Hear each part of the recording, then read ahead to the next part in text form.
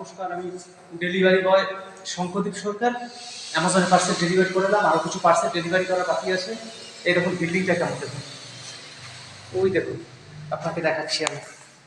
ওই দেখুন কীরকম খারাপ, এই দেখুন এরকম খারাপ, অনেকটা কিন্তু রিক্স। এই দেখুন আপনাকে দেখাচ্ছি, মানে একদম ভয়ঙ্কর ব্যাপার কিন্তু। এই দেখুন, এই দেখুন, আর নিচটা দেখেছেন তো?